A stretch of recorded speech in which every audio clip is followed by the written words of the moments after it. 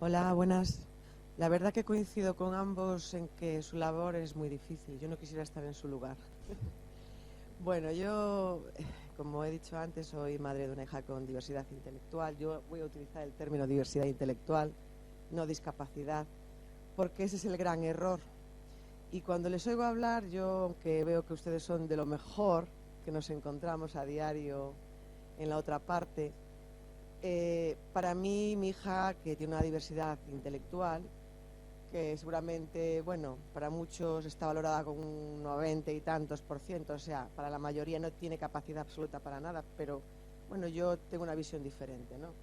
Lo que sí quería transmitir es que, y voy a leer un testimonio que me ha llegado ayer precisamente, de un caso de un niño en La Coruña, yo soy de Galicia, diciéndome, bueno, puedes decir lo siguiente, algo tan claro como que los niños con discapacidad no son sujetos de derechos en España, ni para la administración educativa en este caso, porque era un problema en educación, ni sanitaria ni social, ni para la propia Fiscalía de Menores, que se supone que está para ampararlos, a los niños, a los derechos de los niños y a sus familias.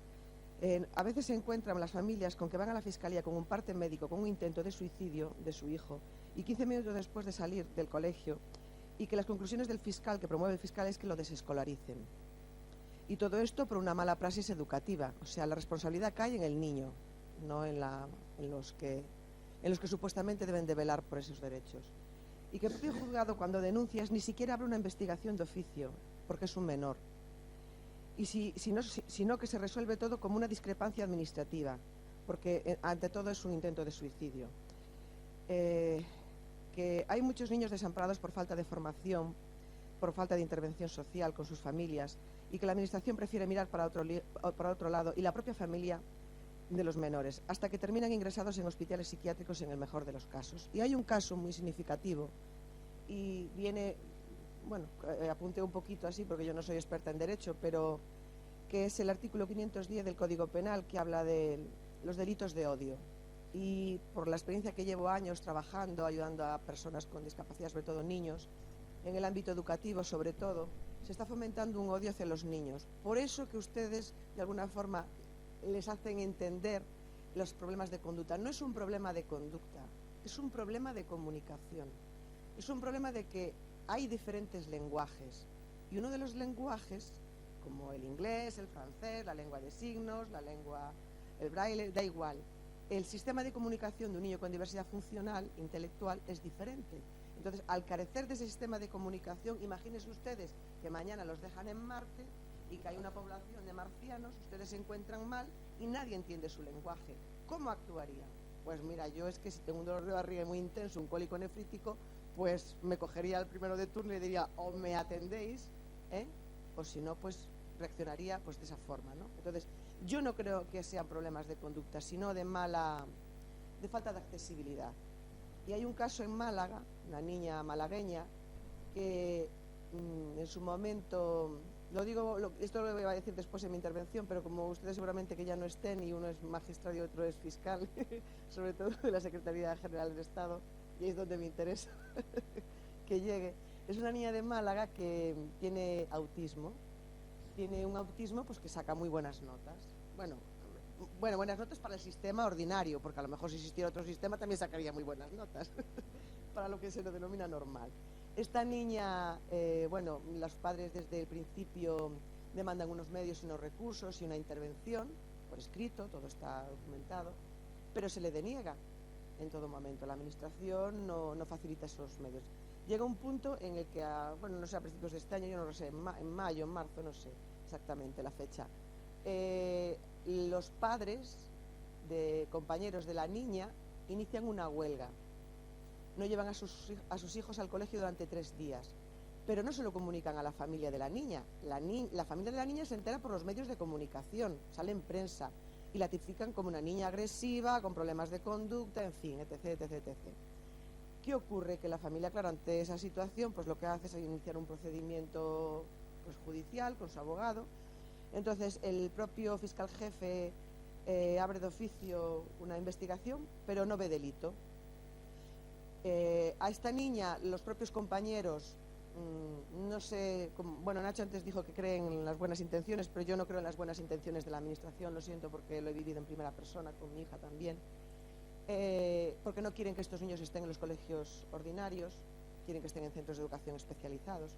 Entonces, estas familias, al hablar, pues imagino que en casa o la propia administración habla de forma, pues con total libertad, ¿no? de los problemas supuestamente, vuelvo a insistir, que pueda tener de adaptación de esta niña con el entorno. Entonces los niños pues la incitaban a tener esas malas conductas, los propios niños. Entonces, uno de los comentarios que hubo en la nota de prensa que salió, un padre dijo que sentía vergüenza de que su hija estuviera en ese colegio, porque todo el mundo sabía que a fulanita de tal los niños la provocaban para que esta niña saltara.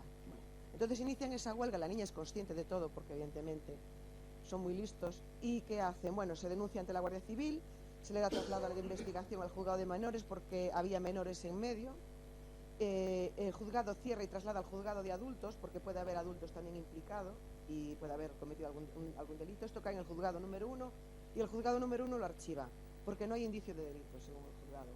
Está en proceso de recurso, los mismos hechos son denunciados en un juzgado imputando los delitos y señalando a los presuntos autores, y cae en el número 3. Se denuncia, entre otros, al director general de Educación anterior, a la nueva jefa de servicio, etcétera, para que todos de alguna forma asuman esa responsabilidad. O sea que, por un lado, un juzgado lo archiva, el otro lo acepta, o sea, hay una total indefensión. Y mientras tanto esta niña está sin ir al colegio, porque lo único que le ofrecen a esta familia es escolarizarlo en 4 o 5 determinados centros educativos, pero sin los medios y los recursos y las medidas que en este momento, por el daño causado, necesita para poder estar incluida. Y lo único que se ofrecen son un aula donde la meterían con métodos de control. Entonces, yo creo que hay que empezar a desterrar ya del lenguaje el problema de que ¿qué es el conocimiento? El conocimiento es lo que nosotros promovemos, o sea, lo que nosotros estamos aquí difundiendo. El conocimiento es de cada ser humano. Cada ser humano tiene conocimiento. Entonces no podemos sentirnos por encima de esos seres humanos, solamente porque funcionan de manera diferente. Y me gustaría, bueno, si desde la Fiscalía General del Estado se puede de alguna forma, pues no sé, que haya pues una mayor... Mira, tuvimos otro caso, que fue un caso de unos padres que recurrieron a la vía judicial, y que sí, ahí hubo un informe del Fiscal General del Estado en el que a los padres los imputaban penalmente por abandono familiar porque habían recurrido el derecho a la educación inclusiva de su hijo. O sea, unos padres que recurren al derecho a la educación inclusiva de su hijo abren un procedimiento de absentismo escolar porque se niegan a llevarlo al centro de educación especial. Claro, si tú aceptas esa medida, estás ya de alguna forma admitiendo que es un lugar para que tu hijo pueda ser escolarizado. O sea, ¿dónde queda el derecho a poder ejercer ese derecho a la educación inclusiva? Al final, el fiscal, nosotros, bueno, por la presión que se hizo tanto el CERMI como otras entidades y tal, pues elaboró un informe y los padres al final ganaron el juicio y fueron absueltos. Pero tuvieron que poner 4.500 euros como medida preventiva, ¿no? Para poder defenderse. En fin. Bueno, yo ahora me imagino que es que tenemos que... queda otra palabra. Yo como tenemos que acabar a las 2 y breve. Son las menos 10... yo es que ya a veces me quedo sin respiración, ¿no? Porque creo que estamos perdiendo el norte en todos los sentidos. Social, legal y a veces personal. Yo estaba escuchando, es muy difícil estar ahí y es muy complicado estar aquí porque Nacho dijo antes, es educacional. Y yo creo que sí, ella trabaja en unos campos y yo trabajo en otros campos. Desde el arte, que es mi campo, y trabajo con todos los sectores de la diversidad humana, desde los derechos humanos, también siempre se nos pide como estar continuamente demostrando nuestra capacidad, palabra que también odio. Y también se nos pide como estar mostrando nuestra valía, palabra que también ya hay que desterrar. Entonces yo estaba escuchando y la verdad, entre lo que está pasando en el mundo, que no es de ahora, que viene pasando, y lo que hoy llevo aquí escuchando, tengo el corazón a 200, me tiembla el pulso y me falta el aire, ¿no? Porque es tanta indefensión, como tú decías antes, ¿no? Es tanta indefensión que el Estado no proteja, pero proteger con la palabra exacta, ¿no?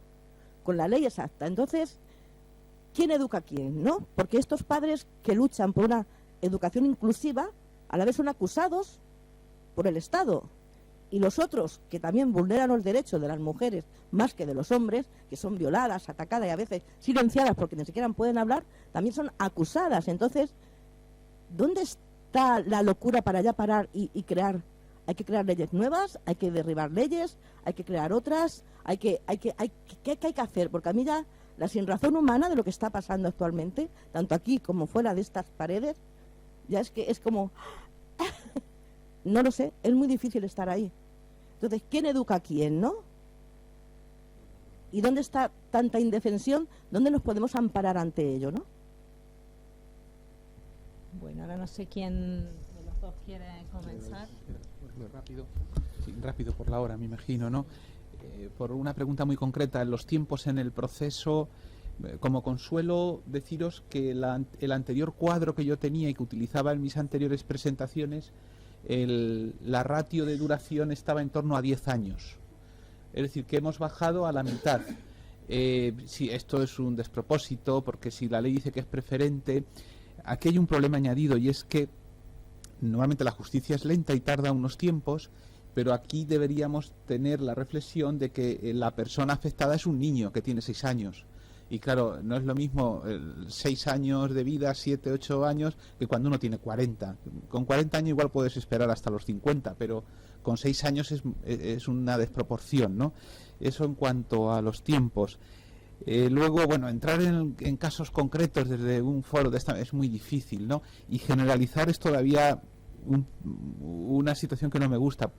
Por ejemplo, el caso que tú decías de que las madres, cuando hay una situación de abuso sobre la hija, son consentidoras, yo eso no lo diría nunca, ¿eh? No lo diría nunca porque en el caso de ayer, por ejemplo, cuando la hija cogía la mano de la psicóloga, la madre lloraba. La madre lloraba y el relato de hechos de la niña ponía de manifiesto que su madre no conocía absolutamente nada porque los abusos se producían durante el fin de semana que la madre no estaba presente. O sea, que me dio más pena la madre que la hija. O sea, y no podría afirmar o generalizar, es muy difícil, ¿no? Lo de impartir justicia, que ya bueno, lo ha expresado muy bien Carlos, es algo difícil, y no solamente difícil, sino que genera normalmente en las personas que acuden a la justicia muchísimo desaliento, porque muchas personas van allí pensando que la justicia lo resuelve todo. Carlos lo ha dicho, hay problemas éticos que la justicia no puede resolver. Lo más gráfico que yo he vivido en este tiempo de casi 40 años de juez lo veía en los matrimonios. Yo durante algún tiempo fui juez de familia. Muchas personas iban con su crisis de matrimonio al juzgado y ellos pensaban que al salir del juzgado el tema estaba resuelto. Mire usted, imposible. El problema sigue existiendo. Ustedes tienen hijos en común, tienen un patrimonio en común, y esto no hay juez que lo arregle. Entonces, quiero transmitir eso, que ustedes tienen que confiar en la justicia, pero con limitaciones, porque todo no se puede arreglar en la justicia. Es más, hay situaciones a las que la justicia no tiene solución. Hoy, por ejemplo, está sin resolver el problema de las madres de alquiler y la situación jurídica que en España tienen los hijos engendrados en esa fórmula, en ese sistema que la ley de fecundación in vitro en España declara nulo. Declara nulo el nacimiento del hijo a través de una madre de alquiler. Sin embargo, el niño está ahí y hay que dar una solución al niño, y no tenemos ni siquiera un marco legal claro para abordar esos temas, ¿no? Entonces, bueno, un mensaje todavía más trascendente: confíen en la justicia, pero con limitaciones, y piensen que los que impartimos la justicia somos seres humanos llenos de dudas y de imperfecciones y carencias, ¿eh? Y eso a lo mejor les consuela un poco más. Nada más. Solo una cosa, claro, por supuesto que tienen dificultades, es normal. Lo que pasa que, como antes dijo Nacho, me imagino, en su intervención en el caso por lo menos educativo, los jueces, cuando hay un informe técnico de la administración, no aceptan otra valoración. Y eso es lo grave, No es del todo cierto. Al juzgado llegan informes de la administración e informes de parte. Y el juez, dice la ley, que dentro de su leal saber y entender valora y pondera esos informes. En unas ocasiones a mí me han convencido los de la administración y en otras ocasiones me han convencido los informes de parte. Pero no hay una regla general en eso. Es lo que decía antes, es la grandeza y la miseria de la justicia. Por eso hay en ese cuadro, cada sentencia tiene un contenido distinto.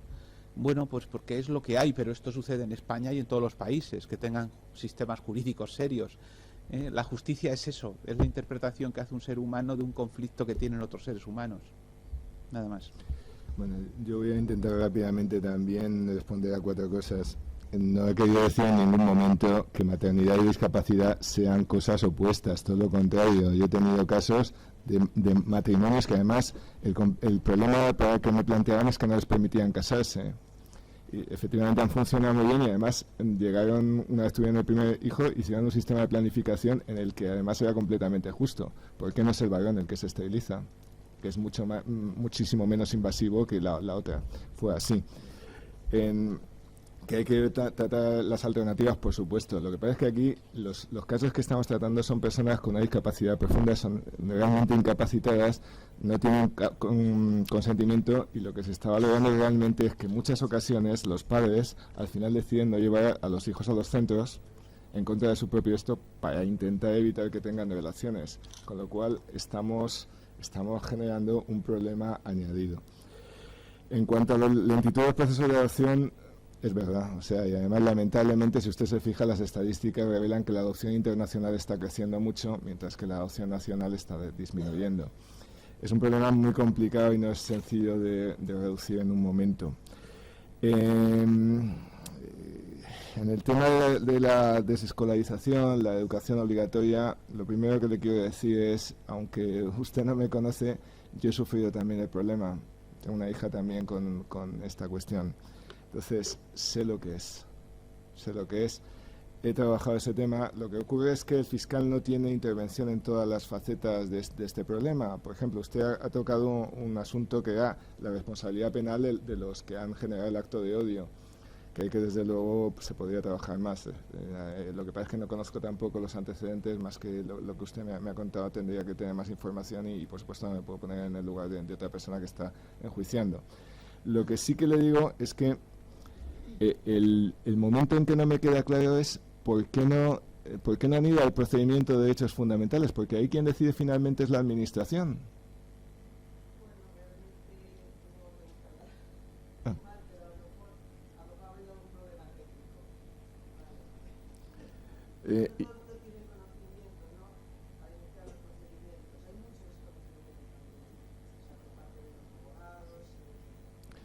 Solamente un último apunte por el tiempo. Sí que es cierto que no es que no se haya trabajado, yo de hecho he publicado cosas sobre ese tema.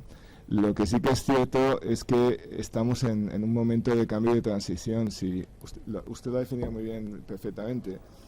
Hasta hace poco es verdad que es muy difícil trasladar una cosa que hay una práctica institucional creada, hay unos sistemas de derivación y demás, y de repente cambiarlo todo. Y sobre todo estamos hablando de que muchas veces los jueces son legos en estos problemas. Hasta hace muy poquito, creo recordar que fue una sentencia del Tribunal Supremo que dio una puerta abierta, y enseguida además apareció otra sentencia del Tribunal Constitucional que la cerró.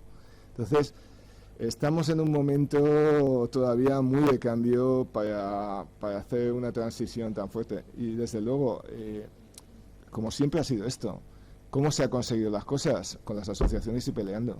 Y poco a poco se va consiguiendo. No, yo creo en esto. Yo se lo digo de verdad. O sea, no admito el desánimo. Yo creo en esto. Y les puedo decir que en 25 años he visto los cambios. Y he visto los cambios en todo, no solo en este rama. Lo he visto también mucho en anciano, porque en anciano también es otra trayectoria. El anciano con discapacidad es otro mundo también que habría que analizar. Pero en este en concreto, que llevo relativamente menos tiempo, llevo 8 años, sí que he visto cambios importantes. Y uno de estos ha sido precisamente este tipo de centros que estaba hablándoles ahora, el Centro de Trastorno de Conducta, con sus imperfecciones y demás. Vamos poco a poco reconduciéndolo.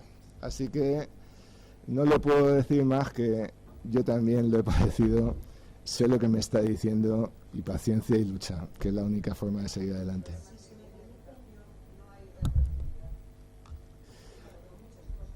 No. No hay retroactividad y lo hemos padecido y efectivamente, pues es así, pero bueno, yo siempre miro hacia el futuro e intento en la medida posible que las cosas que he visto que son injustas vayan poco a poco cediendo. Y ese es el pensamiento optimista que quiero trasladarles, porque si no sería para coger, quitarnos las chaquetas y nos vamos todos a casa y punto. Muchas gracias.